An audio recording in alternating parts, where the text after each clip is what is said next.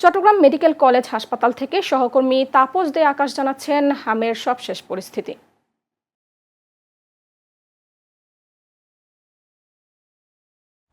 সুমি, আপনাকে ধন্যবাদ। আপনি যেমনটা জানতে চেয়েছিলেন, উদ্বেগ আর উৎকণ্ঠের মধ্যে রয়েছে অভিভাবকরা, যাদের বাসায় ছোট বাচ্চা রয়েছে সেই অভিভাবকরা। দর্শক, আপনাদেরকে একটু দেখানোর চেষ্টা করছি চট্টগ্রাম মেডিকেল হাসপাতালে যেই রোগীগুলি হামের চিকিৎসাধীন রয়েছে সেই রোগীগুলোকে। চট্টগ্রাম সিভিল সার্জন কার্যালয়ের তথ্যমতে এই পর্যন্ত হাসপাতালের মোট ভর্তি হয়েছে 1813 জন। নমুনা পরীক্ষার জন্য পাঠানো হয়েছে 1134 জন শিশুর। সুস্থ হয়ে বাড়ি ফিরেছে 1557 জন। এখনও পর্যন্ত হাম শনাক্ত হয়েছে 151 জন শিশুর। বর্তমানে বিভিন্ন হাসপাতালে ভর্তি রয়েছে 254 জন শিশু।